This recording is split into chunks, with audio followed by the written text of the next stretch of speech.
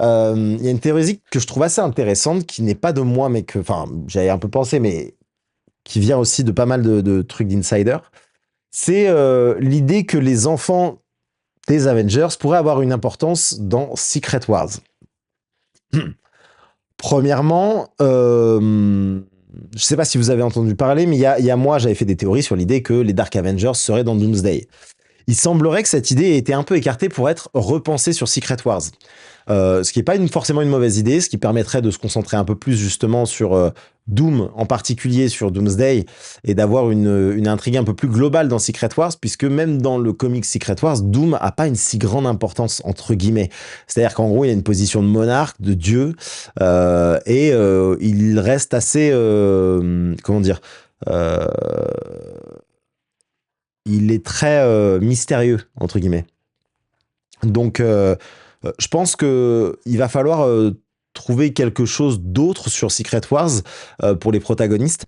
Et c'est là que je trouve assez intéressant, c'est que l'idée de justement de la cabale de Doom, donc des variants maléfiques des X-Men, serait adaptée plutôt sur Secret Wars. Alors de la même manière que ce que moi je disais dans mes vidéos, c'est-à-dire que dans l'idée, on aurait les Avengers qui ont été... merci les amis hein, pour tous les followers, vous êtes des boss, trop cool. Mais en gros, on aurait les Avengers, en gros, qui seraient devenus maléfiques. Donc, on pourrait se dire qu'on a un Captain Hydra, qu'on a une Scarlet Witch maléfique, que Hulk serait devenu un variant du... ah, j'ai perdu son nom. Bref, vous avez compris le principe. Et parmi tous ces éléments-là, comme je vous disais, il y a rarement une adaptation pure et dure d'un run par le MCU. Vous savez que c'est toujours plusieurs mélanges de plein de choses. Par exemple, Doomsday, on n'a pas de comics Doomsday en tant que tel, mais ça va être clairement un mélange entre Time Runs Out, entre Avengers Forever, entre Book of Doom, etc. Et je pense que Secret Wars aura un peu la même chose, même si l'histoire de Secret Wars est hyper intéressante dans les comics, elle est quasiment impossible à adapter parce que il y a 50 lands différents où il se passe des trucs de fous qui reprennent tous les éléments du passé. Vous savez, genre il y en a où il y a certains, en fait c'est des territoires avec des barons et chaque territoire reprend une histoire du passé un peu en mode what if. Donc par exemple, tu as un territoire Secret Wars et si la Secret Wars n'avait jamais terminé, tu vois en gros c'est un pan des États-Unis qui est complètement ravagé avec un Captain versus un Iron Man qui se battent jusqu'au bout du bout du bout. Children Crusade. Donc en gros c'est, enfin, on a notre Wiccan. On sait que dans White Vision, on aura notre Speed. Et donc, on a les deux enfants de Wanda qui sont là, qui vont rejoindre leur père. Il y a... Enfin, on n'a pas entendu spécialement parler d'eux dans Doomsday, et je pense qu'il y a des chances qu'ils aient un vrai rôle dans Secret Wars. Et donc, ces fameux Champions, dont on parle depuis très longtemps, on sait qu'ils ont raté un petit peu leur introduction parce que maintenant, c'est plus vraiment des Young Avengers, mais il se pourrait que cette équipe soit un peu changée pour potentiellement intégrer dans Secret Wars d'autres personnages. Ça peut être potentiellement tous, hein, ça peut être potentiellement le fils de Captain, peut-être potentiellement Love, ces éléments-là. Et en gros, on aurait cette Children Crusade où on aurait... Alors attention, je mets des énormes pincettes, c'est une théorie, ce n'est pas la mienne, je vous partage juste, je ne sais pas quoi en faire. Mais l'idée peut être intéressante parce qu'en fait, on nous parle tellement de l'idée que ces Avengers sont devenus des parents, des Avengers qui vont forcément échouer dans Doomsday, qui vont peut-être échouer dans Secret Wars, et en gros, qui vont peut-être être convertis en tant que justement baron au sein de Doom, parce que la meilleure victoire de Doom, ce serait de faire de ses ennemis ses alliés. Possiblement, on aurait ces enfants qui sont un peu plus grands, qui reprennent un peu le rôle de leurs parents pour tenter de les vaincre ou les convaincre de ne plus suivre Doom, puisque dans Secret Wars, tout le but du truc, c'est d'emmener vers une espèce de rébellion, hein, comment dire, ouais, c'est ça, c'est une rébellion contre Doom, où il y a une énorme guerre entre les forces de Doom et l'ensemble du territoire du Battle World qui se rebelle. Donc voilà, à voir. À voir, ça pourrait être très intéressant, mais à voir. Ou alors, une inspiration directe du Secret Wars de 84, avec le camp des méchants et des gentils qui s'affrontent, et Doom à l'image du Beyonder et hors conflit. Peut-être aussi, ouais. Bah, de toute façon, il y aura sûrement de ça. De toute façon, ils adorent le Secret Wars de 84. Les Russo, ils ont dit que c'était vraiment le comics de leur enfance. Donc oui. Si le vieux Steve a vécu dans une autre timeline jusqu'à apparaître devant Sam, est-ce qu'il aurait déjà vécu Doomsday? Moi, c'est ma théorie depuis le début, hein, je vous le dis, depuis que j'ai commencé à faire des vidéos, je vous expliquais que la manière dont il a ramené le bouclier, c'est qu'il a déjà vécu la guerre multiverselle. Donc oui, oui, moi j'y crois vraiment, hein. Pour moi, il ramène le bouclier de l'après Secret.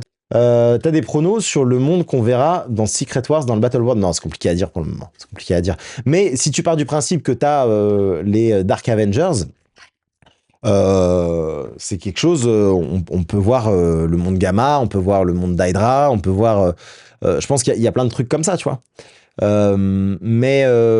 D'ailleurs, ça sort pas de nulle part, hein, cette théorie. C'est un truc qui existait dans un dessin animé, un film dessin animé qui était sorti autour de 2008-2009 qui s'appelait Next Avengers. Et en gros, c'était la même chose. C'est les parents enfin, les Avengers de base ont perdu et leurs enfants reprennent le flambeau pour combattre justement des versions robots maléfiques de leurs parents. Et Kevin Feige était dessus en tant que producteur.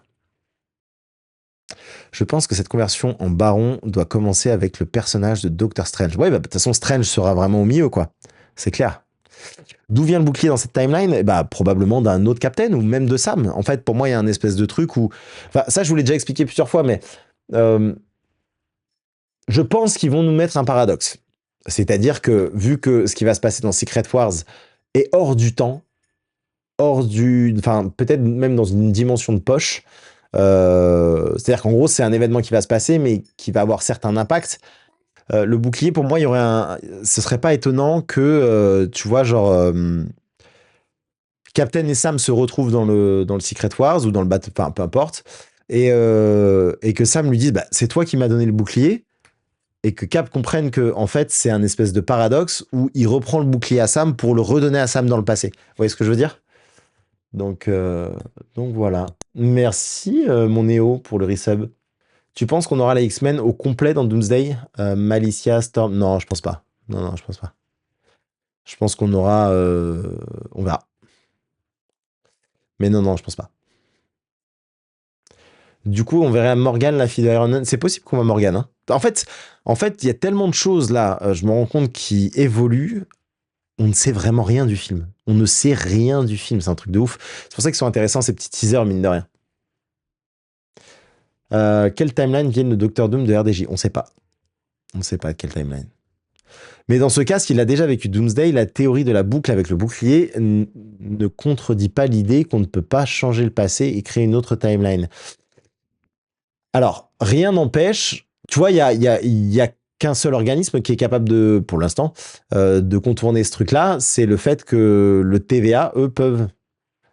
Mais bon, c'est logique, un paradoxe dans le MCU, c'est non, c'est pas logique. Mais bon. De toute façon, bah, on verra. Je pense qu'il y aura une. Moi, je pense que apparemment le retour de Chris Evans a toujours été prévu. Ils ont toujours voulu faire un projet autour de lui qui ramène les pierres pour pouvoir expliquer un petit peu ce qui se passe.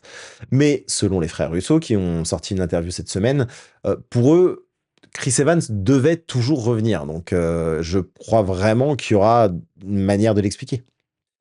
On n'a pas parlé de ce petit logo, les amis.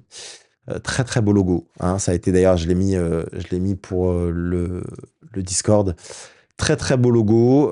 Moi j'en ai fait une petite vidéo un petit peu en réaction là-dessus pour parler de différents éléments. Alors, bon, ce qu'on peut repérer déjà. Euh, on avait, si je dis pas de bêtises, regardez, on avait donc ici tous les autres logos qui avaient été montrés. Les frères Russo l'ont riposte. C'est vrai que on a le premier qui est très classique, hein, qui était le logo des Avengers. Le second qui était forcément en référence à Ultron. Le troisième qui avait un côté très galactique. C'est un peu un reflet de ce qu'on voit au début du film. Enfin, bref, c'est le côté galactique qu'on revoit un peu tout le long. Et on a le même logo qui finit par être désintégré juste après. D'ailleurs, c'est vrai qu'on n'avait pas forcément analysé ce qu'il y a derrière, c'est assez intéressant. Et donc, on a ce dernier logo qui est directement tiré bah, de ce qu'on a vu juste après. C'est-à-dire qu'en gros, c'est vraiment un zoom. Pardon. Et ce logo est, ma foi, très intéressant. Je le trouve très très beau. Je trouve que c'est même l'un des plus beaux. Alors après, moi, le problème, c'est que je suis tellement fan euh, je suis tellement fan de Doctor Doom que c'est compliqué.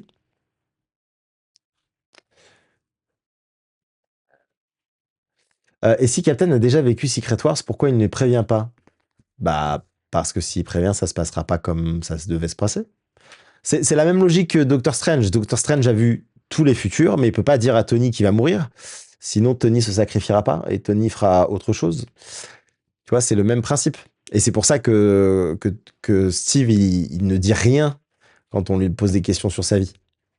Et que ce que je trouve très intéressant, d'ailleurs, pour revenir, pour finir là-dessus, c'est que quand Sam dit, enfin, il lui dit How are you feeling? Donc, comment tu le sens? Il dit, bah, comme si ça appartenait à quelqu'un d'autre. Et Tony, enfin, et Steve lui répond non. Enfin, en gros, non, ça n'appartient pas à quelqu'un d'autre, ça t'appartient. Et je trouve ça très intéressant parce qu'en gros, ce serait vraiment là où tu te dis, ok, cette phrase, elle a grave du sens.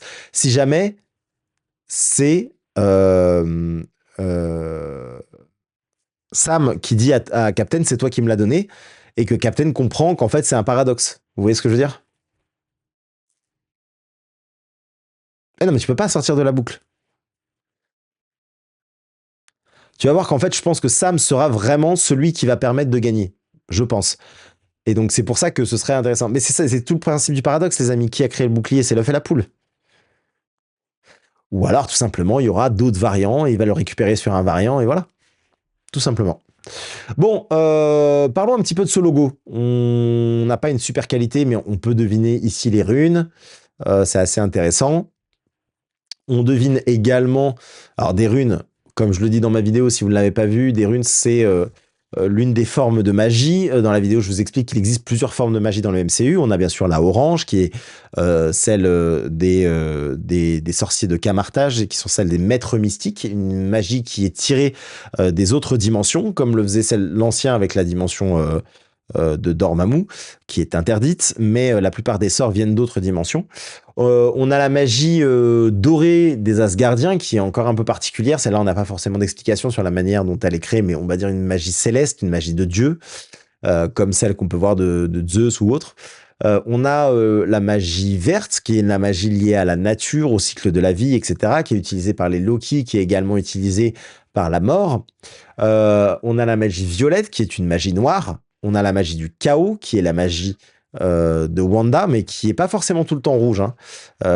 Wanda, elle est rouge, mais on voit que Billy utilise également une magie du chaos, alors que lui, il utilise une magie bleue. Mais je pense que la magie du chaos, c'est vraiment une énergie pure qui sort de ton corps, et qu'en gros, elle est teintée d'autres choses. Donc, par exemple, Billy, il a d'abord appris la sorcellerie, et on va voir que la sorcellerie, c'est de la magie bleue, pour le coup, comme on l'a vu dans le passé des sorcières de Agatha. Bref, il existe plein de façons de faire, mais un des éléments intéressants, c'est que la sorcellerie utilise quand même souvent des incantations et des runes. On l'a vu justement dans Agatha All Along. On l'a vu, ces runes, les runes que l'on voit autour là, donc je peux pas zoomer dedans, je suis désolé, mais dans l'idée, si vous avez vu l'image, vous savez de quoi je parle. Eh bien, ces runes ont été utilisées dans plein d'autres éléments, notamment le combat entre Agatha et Wanda, c'est peut-être le plus connu. On voit que Wiccan aussi possède énormément de runes sur son costume qui apparaissent petit à petit dans la série. Euh, on a des runes bien sûr sur Stormbreaker, etc. Et je pense que ces éléments-là vont aussi venir répondre enfin, obliger que Doomsday va venir répondre à la question des technologies anciennes que personne ne connaît, ni Camartage, ni personne, et qui sont probablement pour moi des technologies liées au Céleste, puisque c'est ce qu'on voit notamment dans la technologie de Kang, c'est ce qu'on voit potentiellement dans la technologie des anneaux de Shang-Chi, dans les bracelets quantiques. Et pour moi, c'est un truc qui semble lié au Céleste. Et c'est pour ça qu'en gros, je trouve ça assez intéressant. Mais à voir. En tout cas, Doom va venir créer quelque chose qu'on n'avait pas jusqu'ici. C'est cette combinaison entre technologie et magie. C'est-à-dire, en gros, avoir une armure ultra technologique, mais avec des runes gravées dessus, de pouvoir contrôler, par exemple, les sentinelles, ça c'est un des trucs qui était sorti, arriver à contrôler les sentinelles grâce à des runes, c'est-à-dire venir adapter de la technologie via de la magie. Et ça nous ferait revenir à l'un des plus anciens éléments du MCU, c'est-à-dire que, je sais pas si vous vous souvenez, mais dans le premier film Thor, on a Thor qui explique à Jane Foster que dans son pays à lui, magie et technologie sont la même chose. C'est-à-dire qu'en gros, la magie, c'est de la technologie qu'on comprend pas. C'est un peu comme ça qu'il l'explique. Euh, et que, en gros, les runes sont une forme de technologie, etc. Et je pense que peut-être ce film va nous expliquer un peu plus en détail cet élément-là, c'est-à-dire que, au final, oui, il utilise les deux, mais parce que c'est une forme de technologie supérieure, comme les Asgardiens l'ont au final, parce que les Asgardiens, on ne sait pas vraiment comment marche leur machine, on sait pas, tu vois, genre le Bifrost, qu'est-ce que c'est? On peut se dire pour nous que c'est de la magie, mais en réalité, ça se trouve, c'est juste de la technologie. Donc voilà, je trouve ça assez intéressant ouais, Harry Perry, c'est vrai, c'est vrai. Ouais, mais Ironheart, les gars. Est-ce que Ultron sera de retour aussi avec la magie? Je pense pas. Je pense pas que Secret Wars serait une défaite et que pour cela que Steve Agee vient à la fin de Endgame. On verra. Et donc on a ces vitraux, des vitraux qui sont intéressants. Des vitraux qui font très gothique. Moi, c'est vrai que dans ma vidéo, je vous disais que ça me rappelait la forge. Et je pense que je le maintiens toujours, parce qu'il y a un truc avec les éternels, je pense, qui va être développé, parce que je crois vraiment que l'avenir du MCU nous parlera un peu plus des célestes et potentiellement des éternels, pas forcément des personnages des éternels, mais des célestes. Et j'ai le sentiment que la forge des mondes, vous savez, celle qui crée les éternels, a été un peu passé à travers et je retrouve un peu des symboles, pas exactement. Maintenant, ça peut aussi tout simplement être l'une des chambres, enfin en gros, je vous l'avais montré, mais il y a un élément, un trône de la salle du trône. Attendez, je peux peut-être vous le montrer. Est-ce que je l'ai? Ça, c'est une image qui a été recréée, mais tirée d'un vrai truc qui est sorti. Attendez, tac. Ah, je peux peut-être vous le mettre là. Ah oui, ah bah oui, c'est pratique ça. Je sais que j'avais pas pensé. Donc, vous voyez, ça c'est une image qui est apparemment un leak, mais si vous voulez cette image, tac. En gros, elle serait tirée d'un dessin qu'a fait un mec qui a eu accès à des leaks.